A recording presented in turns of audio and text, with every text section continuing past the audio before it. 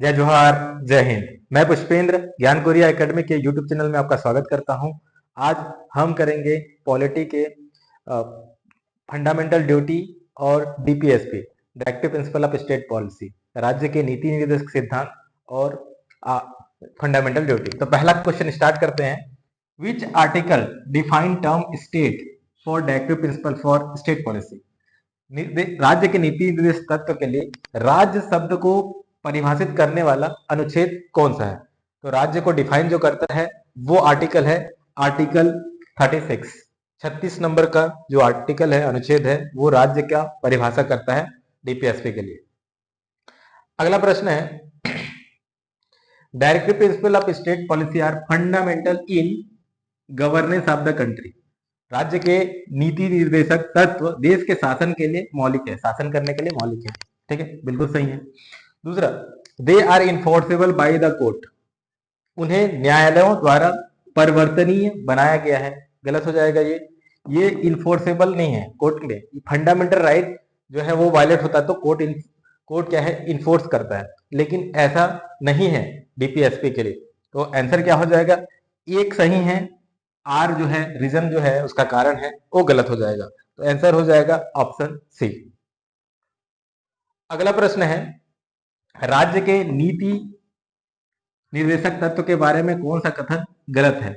Which statement incorrect about DPSP? पहला, Irish संविधान से लिया गया है, borrowed from the Irish constitution, बिल्कुल। दूसरा, इंस्पायर बाय स्पेनिश कॉन्स्टिट्यूशन, बिल्कुल इंस्पायर कह सकते हैं क्योंकि जो आयरिश कॉन्स्टिट्यूशन भी है वो इंस्पिरेशन लिया है स्पेनिश कॉन्स्टिट्यूशन से, तो ये भी सही है। तीसरा, ग्रेविन ऑस्टिन ने इन्हें संविधान की आत्मा कहा है। जो सोल ऑफ द कॉन्स्टिट्यूशन जो है ये ग्रेविन ऑस्टिन ने नहीं कहा है, soul of the constitution article 32 के लिए डॉक्टर बी आर अम्बेडकर ने कहा है, ये गलत हो जाएगा। डॉक्टर बी आर अम्बेडकर ने इन्हें डीपीएसपी को नोबेल फीचर ऑफ कॉन्स्टिट्यूशन कहा है, ये सही हो जाएगा। तो आंसर क्या हो जाएगा? सी गलत हो जाएगा। अगला प्रश्न है, राज्य के नीति निर्देशक तत्व का निम्नलिखित में से कौन सा वर्गीकरण नहीं है? तो राज्य के नीति निर्देशक तत्व को उसके फीचर के आधार पे अलग अलग वर्गीकृत किया गया है, जिसमें क्या है, कुछ सोशलिस्ट प्रिंसिपल है, समाजवादी सिद्धांत है, कुछ गांधीयन प्रिंसिपल है, जैसे कि आर्टिकल 40 में ग्राम सभा की बात करते हैं, ठीक है ना, वो गांधीयन सिद्धांत है। कुछ लिबरल और इंटेलेक्चुअल प्रिंसिपल है, उदारवादी और बौद्धिक सिद्धांत है, बिल्कुल सही है। लेकिन कैपिटलिस्ट प्रिंसिपल यहाँ पे कुछ बताया नहीं गया है, ना ही वर्गीकृत किया गया है। आंसर क्या हो जाएगा? डी, जो कि गलत हो जाएगा। अगला प्रश्न है, संविधान का कौन सा अनुच्छेद, ठीक है, संविधान का कौन सा अनुच्छेद राज्य को न्याय, सामाजिक, आर्थिक और राजनीतिक पर के आधार पर सामाजिक व्यवस्था द्वारा कल्याणकारी राज्य स्थापित करने को निर्देश देता है? तो कौन सा आर्टिकल है जो हम लोग को कहता है कि हम अपने देश को वेलफेयर स्टेट बनाएंगे? आर्टिकल 36, आर्टिकल 37 नहीं है, आर्टिकल 38। आर्टिकल 38 जो है ना, अनुच्छेद 38 के द्वारा हम कहते हैं कि हमारे देश को हम लोग वेलफेयर स्टेट बनाएंगे, जिसमें जस्टिस होगा, सोशल, पॉलिटिकल, इकोनॉमिकल। तो आपका आंसर हो जाएगा सी। अगला प्रश्न है, अनुच्छेद 39 के बारे में। भारतीय संविधान के अनुच्छेद 39 के बारे में कौन सा कथन गलत है? ठीक है ना, अनुच्छेद 39 के बारे में कौन सा कथन गलत है बताना है। यह पुरुषों और महिलाओं के लिए समान कार्य के लिए समान वेतन सुनिश्चित करता है, बिल्कुल लिखा गया है कि समान कार्य के लिए समान वेतन रहेगा। दूसरा, यह संपत्ति के संकीर्ण को बढ़ावा देता है, concentration of wealth few hand में बढ़ावा देता है, गलत। ये कंसंट्रेशन ऑफ वेल्थ कुछ लोग में इसको घटाने की बात करता है, बढ़ावा नहीं करता, ये गलत हो जाएगा। यह सभी नागरिकों के लिए पर्याप्त आजीविका के साधन सुनिश्चित करने के लिए नीति निर्धारित करता है। हाँ, ये बोलता है कि ऐसे पॉलिसी राज्य बनाए जिसमें एडिक्वेट मीन्स ऑफ लिवलीहुड हो सबके लिए। अगला, it organise material resources to serve the common goods, ये भी सही है कि जितना भी संसाधन है उसको कॉमन गुड्स को सर्व करने के लिए यहाँ पे बताता है। तो आंसर यहाँ पे क्या हो जाएगा? कंसंट्रेशन ऑफ वेल्थ नहीं हो जाएगा, कंसंट्रेशन ऑफ वेल्थ को कम करने की बात करता है। अनुच्छेद 41, 42 और 43 के बारे में कौन सही है, क्या सही है बताना है आपको। अनुच्छेद 41 राइट टू वर्क, एजुकेशन और पब्लिक असिस्टेंस की बात करता है, कार्य, शिक्षा और सार्वजनिक सहायता का अधिकार प्रोवाइड करता है। बिल्कुल सही है। आर्टिकल 41 में ये दिया हुआ है। आर्टिकल 42 जो है अनुच्छेद 42 मानवीय कार्य परिस्थिति और मातृत्व राहत की बात करता है, यानी कि ह्यूमन को लोग का कंडीशन किस टाइप से होना चाहिए, और जो मैटरनिटी लीव की बात करता है जो महिलाओं को दिया जाना चाहिए, ये भी सही है। आर्टिकल 43 ठीक है ना, अनुच्छेद 43 में लिविंग वेज और डिसेंस लाइफ ऑफ वर्कर की बात करता है कि जो हम लोग को ऐसे पॉलिसी बनाना है जिसमें लोगों का लिविंग वेज रहे और डिसेंस लाइफ आप स्टैंडर्ड रहे, ठीक है। तो ये भी सही है। तो आंसर क्या हो जाएगा यहाँ पे, ऑल द एबव हो जाएंगे, सभी के सभी हो जाएंगे, ऑप्शन डी, सभी आर्टिकल सही है। अगला प्रश्न है, ठीक है, भारतीय संविधान के अनुच्छेद 39A और 43A के बारे में कथन पे विचार करना है, ठीक है। और इसमें बताना है कि उपयुक्त में से कौन सा कथन सही है, बताना है कौन सा कथन सही है बताना है। पहला, अनुच्छेद 39A उद्योग के प्रबंधन में श्रमिकों की भागीदारी को बढ़ावा देता है, ठीक है। ये बाद में ऐड किया गया था, उद्योग के प्रबंधन में श्रमिक की भागीदारी इंदिरा गांधी के टाइम में। ये आपका अनुच्छेद 39A नहीं हो जाएगा, ये हो जाएगा अनुच्छेद 43A हो जाएगा, ठीक है ना, ये हो जाएगा। दूसरा, अनुच्छेद 39A में क्या बताया गया है कि सभी नागरिकों के लिए न्याय सुनिश्चित करने हेतु निःशुल्क कानूनी सहायता का प्रदान करना है। तो फ्री लीगल एड जो नालसा आप जानते हो, ठीक है ना, कि जो गरीब दुखी हैं उनके लिए क्या है कि फ्री लीगल एड प्रोवाइड करने की बात करता है। तो ये क्या हो गया है, दोनों एक्सचेंज हो गया है। तो क्या हो गया, ना ये गलत सही है ना ये सही है। तो आंसर क्या हो जाएगा आपका, डी हो जाएगा, नाइदर ए नॉर टू, ठीक। अगला प्रश्न है, कौन सा अनुच्छेद समान नागरिक संहिता यूनिफॉर्म सिविल कोड, यानी कि पूरे देश के जो भी आपका जो जीने खाने रहने के लिए जो नियम है सबके लिए सेम रहेगा, ठीक है ना, मैरिज से लेके, तो वो कौन सा अनुच्छेद करता है।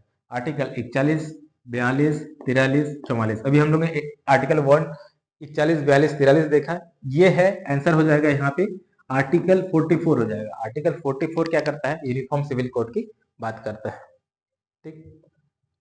अगला प्रश्न हम लोग देखेंगे कि निम्न में से कौन निर्देश तत्व श्रमिकों के कल्याण से संबंधित है। तो श्रमिकों के कल्याण के लिए कौन सा यहाँ पे अनुच्छेद संबंध है, अनुच्छेद 42, अनुच्छेद 43, ठीक है, अनुच्छेद 43A और अनुच्छेद 50। तो सबसे पहले तो अनुच्छेद 50 यहाँ पे नहीं हो जाएगा, क्योंकि अनुच्छेद 50 क्या बोलता है कि जो लेजिस्लेटिव है और एग्जीक्यूटिव है दोनों में पावर का सेपरेशन करेंगे, जुडिशरी अलग रहेगा, सेपरेशन पावर जुडिशरी अलग रहेगा लेजिस्लेटिव से। तो ये आपका 3 गलत हो जाएगा। तो क्या हो जाएगा, ऑल नहीं होगा, ये 3 ये गलत हो गया, ये भी गलत हो गया। तो एलिमिनेशन मेथड आप जा सकते हैं, 1 और 2 सही है, ठीक। तो 1, 2, 3 ये सही हो जाएगा, ठीक है ना। 43A में क्या बात करता है, वो क्या करते हैं, कोऑपरेटिव के बारे में बात करते हैं और मैनेजमेंट में वर्कर की भागीदारी की बात करते हैं। जो 43 है उसमें कॉटन इंडस्ट्री की बात करते हैं, और 42 में अभी हम लोग ने देखा कि जो SC ST हैं उन लोग के लिए भी कार्य की बात होती है। अगला प्रश्न हम लोग देखते हैं कि निम्न कथन को विचार करना है आपको। अनुच्छेद 46 पोषक स्तर को बढ़ाने के लिए सार्वजनिक स्वास्थ्य में सुधार को ध्यान केंद्रित करता है। दूसरा, ठीक नहीं, अनुच्छेद 46 आपका अनुसूचित जाति और अनुसूचित जनजाति और कमजोर वर्ग के शैक्षणिक और आर्थिक हित को बढ़ावा देता है, ये आपका गलत हो जाएगा, ठीक है। तो इसके कारण ये भी गलत हो जाएगा, 47 भी गलत हो जाएगा। लेकिन आर्टिकल 48 क्या कहता है, राज्य को वैज्ञानिक तरीके के आधार पर कृषि और पशुपालन की आधुनिकीकरण की निर्देश देता है। तो आर्टिकल 48 अनुच्छेद के थ्रू क्या है कि साइंटिफिक जो एनिमल एग्रीकल्चर करते हैं और एनिमल हस्बेंड्री को प्रमोट करता है। तीसरा तो सही है, लेकिन यहाँ पे ऑप्शन देखते हैं, केवल 1 सही है क्या, ये गलत है, ठीक है ना। 2 और 3 सही है क्या, नहीं, 2 भी गलत है, ठीक है। और 1 और 3 सही है क्या, ये भी गलत है। 3 तो सही है लेकिन 1 सही नहीं है। तो यहाँ पे आंसर क्या हो जाएगा, नन ऑफ द एबव आ जाएगा। तो कई बार आपका जो ऑप्शन है उसको भी सही तरीके से लगाना रहता है। अगला प्रश्न हम लोग देखते हैं कि कौन सा अनुच्छेद समूह गांधीवादी दर्शन पर आधारित है। तो गांधी जी के विचारधारा पे कौन कौन सा आर्टिकल है, ठीक है। तो आपका आर्टिकल 40 जो है ग्राम पंचायत की बात करता है, बिल्कुल ग्राम सभा स्वराज की बात करता है। 43 ये भी आपका ग्रामीण अर्थव्यवस्था की बात करता है। 47 भी करता है। ठीक है। 46 भी हमने देखा करता है, और 48 जो है अभी हम लोग ने देखा कि साइंटिफिक जो रिसर्च है या फिर जो एनिमल हस्बेंड्री की बात करता है, ये भी सही है। आर्टिकल 39A जो है इसको देखे थे कि ये फ्री लीगल एड की बात करता है और जुडिशरी और लेजिस्लेशन को अलग करने की बात करता है। और 39 में बहुत सारे प्रोविजन है, जैसे कि equal pay for equal one, तो ये गलत हो जाएगा। ठीक है, पहला और दूसरा सही हो जाएगा, तो आंसर क्या हो जाएगा? ऑप्शन डी हो जाएगा। पर्यावरण के सुरक्षा और सुधार किस अनुच्छेद में उल्लेख है? तो कौन सा अनुच्छेद में पर्यावरण की सुधार और सुरक्षा के लिए उल्लेख है, बताना है। तो ये बाद में हम लोग ने ऐड किया गया था, ये है 48A। तो 48A जो है ये क्या बताता है कि इन्वायरमेंट को हमको प्रोटेक्ट करना है और उसके लिए कानून भी बनाया है। तो आंसर हो जाएगा ऑप्शन सी हो जाएगा। अगला प्रश्न है, अनुच्छेद 50 कथन है और कारण है, आपको बताना है। उसके बाद आपके पास ऑप्शंस हैं। न्यायालय को कार्यपालिका से अलग करता है। ठीक है, बिल्कुल सही है। अनुच्छेद 50 क्या करता है? कार्यपालिका और न्यायपालिका का पावर का सेपरेशन करता है। सही है। यह पृथक न्यायपालिका को स्वतंत्रता सुनिश्चित करता है। ये इंडिपेंडेंस ऑफ जुडिशरी को बताता है इस डिवीजन ऑफ पावर के कारण। बिल्कुल सही है। तो कथन भी सही है और उसका कारण भी सही है, तो आंसर क्या हो जाएगा? ऑप्शन ए हो जाएगा। अगला प्रश्न हम लोग देखते हैं, कौन सा अनुच्छेद राज्य को ऐतिहासिक महत्व के स्मारक की सुरक्षा के लिए निर्देशित करता है? तो कौन सा है, कौन सा आर्टिकल है जो स्टेट को प्रोटेक्ट करने के लिए बोलता है मॉन्यूमेंट्स को जो हिस्टोरिकल इंपॉर्टेंट है? तो ये आर्टिकल 48 से नहीं हो जाएगा। 48 ये जो इन्वायरमेंट के बारे में हुआ ये गलत हो जाएगा। 48-50 आर्टिकल 50 ये जो आपका कार्यपालिका और जुडिशरी को अलग करता है, ये नहीं हो जाएगा। तो आंसर क्या हो जाएगा? आर्टिकल 49 हो जाएगा। तो आंसर क्या हो जाएगा? आर्टिकल 49। ठीक है, प्रोटेक्ट करने के लिए बोलता है मॉन्यूमेंट और हिस्टोरिकल इंपॉर्टेंस जो है। अंतरराष्ट्रीय शांति और सुरक्षा किस अनुच्छेद के तहत बढ़ावा दिया गया है? तो हम लोग कौन से आर्टिकल के थ्रू इंटरनेशनल पीस और सिक्योरिटी को प्रमोट करने की बात की है डीपीएसपी में? तो इसका जो सही उत्तर क्या हो जाएगा? 51 तो नहीं है। ठीक है, आर्टिकल 51। ठीक है, आर्टिकल 50 नहीं है, आर्टिकल 51 हो जाएगा, जो ये बात करता है कि पीस और सिक्योरिटी के लिए नियम बना सकते हैं। ठीक, आंसर भी हो जाएगा। अगला प्रश्न है कि कौन सा अनुच्छेद कार्य के मानवीय परिस्थितियों और मातृत्व राहत पर जोर देता है? कौन सा आर्टिकल है वो इम्फेसिस करता है ह्यूमन कंडीशन फॉर वर्क अच्छे से रहे और मेटरनरी रिलीफ को बताता है? तो इसका जो आंसर क्या हो जाएगा? आर्टिकल 42 हो जाएगा। ठीक है, सी बी आर्टिकल 42। अगला प्रश्न हम लोग देखते हैं कि 1976 में 42वें संविधान संशोधन द्वारा निर्देश तत्व, राज्य के निर्देशक तत्व में कौन से अनुच्छेद को जोड़े गए थे? तो कौन सा अनुच्छेद को हम लोग 42nd कॉन्स्टिट्यूशन अमेंडमेंट के द्वारा ऐड किया गया है? तो आपका जो ऐड करेंगे कौन सा? आर्टिकल 40 जो ग्राम सभा की बात करता है, ये पहले से मौजूद था, ये भी गलत हो जाएगा। आर्टिकल 44 भी पहले से मौजूद है। ठीक है, उसके बाद 38 जो वेलफेयर स्टेट बोलता है, ये भी पहले से मौजूद था। ये क्या हो जाएगा? आर्टिकल 39A जिसमें फ्री लीगल एड की बात करते हैं। उसके बाद 48A जो आपका इन्वायरमेंट की बात करते हैं। 43A जो कि वर्कर्स लोग मैनेजमेंट में जुड़ सकते हैं, उसकी बात करता है। तो आंसर क्या हो जाएगा? डी सही हो जाएगा। अगला प्रश्न जो मिनर्वा मिल्स मामले हैं, ठीक है ना, 1980 में, तो सर्वोच्च न्यायालय में भारतीय संविधान के बारे में क्या कहा था?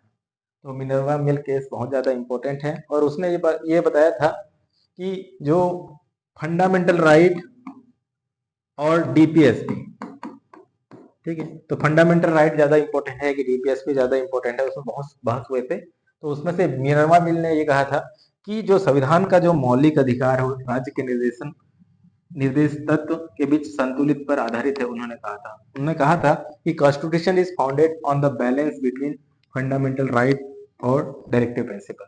ये मिनर्वा मिल केस में कहा गया था। ठीक है, तो इंपॉर्टेंस है। अगला प्रश्न हम लोग देखेंगे भारतीय संविधान के, ठीक है, भारतीय संविधान के भाग 4 के भाग 4 के बाहर भी कुछ डायरेक्टिव्स दिए गए हैं, तो उसमें उसके बारे में बताना है आपको। भारतीय संविधान के भाग 4 के बाहर कौन से अनुच्छेद निर्देशक तत्व प्रदान करते हैं? कौन कौन से जो अनुच्छेद हैं वो राज्य को डायरेक्शन देते हैं। आर्टिकल 333 जो क्लेम करता है एससी एसटी इन सर्विस, ठीक है ना, सेवाओं में अनुसूचित जाति और अनुसूचित जनजाति का दावा को बताता है। ठीक, अनुच्छेद 351, ठीक है ना, हिंदी भाषा को प्रमोट करने के लिए बताता है। ठीक है, तो आंसर क्या हो जाएगा, दोनों के दोनों सही है। ये भी एक तरह से निर्देश है जो कि भाग 4 के बाहर है। अगला प्रश्न हम लोग देखते हैं, मौलिक कर्तव्य जो है फंडामेंटल ड्यूटीज के बारे में निम्नलिखित में से कौन सा कथन गलत है बताना है। कौन सा कथन गलत है बताना है। ठीक, मौलिक कर्तव्य का विचार स्वर्ण सिंह समिति द्वारा प्रेरित था। ठीक है ना, तो जो फंडामेंटल ड्यूटीज जो है इंस्पायर बाय स्वर्ण सिंह कमेटी के रिकमेंडेशन के द्वारा, तो बिल्कुल सही है। ठीक है, हमको कौन सा गलत है बताना है। दूसरा, fundamental duties were added by 42nd amendment during the tenure of Rajiv Gandhi, तो ये गलत हो जाएगा। ये मौलिक कर्तव्य को 42वें संशोधन के द्वारा तो ऐड किया गया, लेकिन ये इतना टाइम राजीव गांधी नहीं था, इंदिरा गांधी की सरकार थी, तो ये क्या हो जाएगा, सेकंड गलत हो जाएगा। हमारे पास कुल कितने मौलिक कर्तव्य हैं, तो संविधान में कुल 11 मौलिक कर्तव्य हैं, बिल्कुल 10 पहले से, उसके बाद फिर एक ऐड किया गया, और ये मौलिक कर्तव्य संविधान के भाग 4A में नियमित है, ये भी सही है। तो आंसर क्या हो जाएगा यहाँ पे, ऑप्शन बी गलत हो जाएगा। अगला प्रश्न है, भारतीय संविधान में मौलिक कर्तव्यों के बारे में निम्न में से कौन सा कथन गलत है। कुछ क्वेश्चन ऐसे रहते हैं जो आप लोग का रीडिंग कॉम्प्रिहेंशन को भी चेक करते हैं, कितना बारीकी से आप पढ़ते हैं, तो उस टाइप का क्वेश्चन है ये। तो संविधान का पालन करें और उसके आदर्श और संस्थाओं का सम्मान करें। ठीक है, ये एक आपका मौलिक कर्तव्य है, जो कॉन्स्टिट्यूशन का रिस्पेक्ट करना है और उसके आइडल्स को चेरिश करना है। ठीक, दूसरा, respect the Indian sovereignty and promote the unity and integrity. ठीक है, भारत की संप्रभुता का सम्मान करना है और एकता और अखंडता की रक्षा करना है, ये भी एक हम लोग की कर्तव्य है। ठीक, दूसरा, राष्ट्रीय ध्वज और गान, राष्ट्रीय गान के व्यक्तिगत उद्देश्य के लिए उपयोग को बढ़ावा देना है, ऐसा नहीं है। ठीक है ना, यहाँ पे गलत हो जाएगा ये। तो ये एक तरह से आपका कि आपका जो रीडिंग के आसपास जो क्वेश्चन गलत होते हैं ना, उस टाइप का क्वेश्चन है, तो ये गलत हो जाएगा। व्यक्तिगत उद्देश्य से ज्यादा इंपॉर्टेंट है देश हित के लिए रखना है। ठीक है, तो ये भारत के स्वतंत्र संग्राम को प्रेरित करने वाले आदर्शों का पालन करना है, ये भी सही है। तो ऑप्शन सी क्या हो जाएगा, गलत हो जाएगा। वैसी तरह से और एक क्वेश्चन है, ठीक है, ये भी आपका छोटा सा रीडिंग के कारण क्वेश्चन गलत हो सकता है। तो मौलिक कर्तव्य के बारे में कौन सा कथन गलत है बताना है। ठीक है ना, इसमें भी भारत के समग्र संस्कृति के समृद्ध विरासत का महत्व देना और संरक्षित करना, जितना भी कम जो हमारा वैल्यू है प्रिजर्व करना, रिच हेरिटेज जो हमारा इंडियन कंपोजिट कल्चर है, बिल्कुल सही। पर्यावरण जिसमें जंगल, झील, नदियां शामिल है, लेकिन वन्य जीव को छोड़कर सुरक्षा और सुधार करना, यहाँ पे गलत हो जाएगा कि सभी चीज का इन्वायरमेंट के हर एक angle, forest, lake, river, wild life, सबकी हम लोग को संरक्षण करना है। ठीक है ना, ये कर्तव्य है, तो ये आपका गलत हो जाएगा। वैज्ञानिक दृष्टिकोण बनाए रखना है, मानवतावाद और जिज्ञासा और की भावना को विकास करना है, ये भी सही हो जाएगा। सार्वजनिक संपत्ति की सुरक्षा करना और हिंसा का त्याग करना है, ये भी बहुत जरूरी है कि जितना भी पब्लिक प्रॉपर्टी है उसको हमको सुरक्षा प्रदान करना है। अगला प्रश्न है कि निम्नलिखित में से कौन सा मौलिक कर्तव्य 2002 के 86 संविधान संशोधन अधिनियम से जोड़ा गया। तो कौन सा जो मौलिक कर्तव्य है जो 86 कॉन्स्टिट्यूशनल अमेंडमेंट के द्वारा जोड़ा गया है। सार्वजनिक संपत्ति की सुरक्षा करना और हिंसा का त्याग करना, ये नहीं है, गलत है। ठीक है, प्राकृतिक पर्यावरण की रक्षा और सुधार करना, ठीक, ये भी गलत है। ये है to provide opportunity for education to childrens between age of 6 to 14। तो आप जो 86 में आपको पता चलेगा, जब 86 कॉन्स्टिट्यूशनल अमेंडमेंट होता है तो यहाँ पे 3 जगह पे चेंज होता है, फंडामेंटल राइट्स में भी चेंज होता है, ठीक है ना, आर्टिकल 21 ए जोड़ा जाता है, डीपीएसपी में भी यहाँ पे चेंज होता है, और आपका फंडामेंटल ड्यूटीज में भी चेंज होता है। ठीक है, तो तीनों जगह पे 86 जो कॉन्स्टिट्यूशनल अमेंडमेंट है उसके द्वारा चेंज किया जाता है। तो यहाँ पे जो आंसर हो जाएगा ये सी, ये सही है। अगला प्रश्न है, अंतिम प्रश्न है, भारत में मौलिक कर्तव्यों की समीक्षा और सिफारिशों से संबंधित समिति कौन सी है। तो मौलिक कर्तव्यों की समीक्षा करने की बात की गई है, और सिफारिश करने की बात की गई है वो कौन सी है? सरकारिया समिति एडमिनिस्ट्रेशन रिफॉर्म की बात करती है। स्वर्ण सिंह कमेटी, आप क्या होता कि उसने रिकमेंडेड किया था फंडामेंटल ड्यूटीज होने चाहिए बोल के। बलवंत राय मेहता जो कमेटी है आपको पंचायत में मिल जाएंगे, ठीक है ना। ये तो यहाँ पे आंसर क्या हो जाएगा? वर्मा कमेटी। वर्मा कमेटी ने बहुत सारे रिकमेंडेशन दिए हैं कि और फंडामेंटल ड्यूटीज में और क्या क्या चीज आप ऐड कर सकते हो, जैसे, ठीक है। तो इस तरह से हम लोग ने 25 क्वेश्चन कंप्लीट किया जिसमें डीपीएसपी और फंडामेंटल ड्यूटीज थे। अगर आपको कंटेंट अच्छा लगा हो तो लाइक कीजिएगा, अगर सब्सक्राइब नहीं किया तो सब्सक्राइब कीजिएगा, और पीडीएफ पाने के लिए टेलीग्राम चैनल पे जुड़ सकते हैं। थैंक यू, जय हिंद।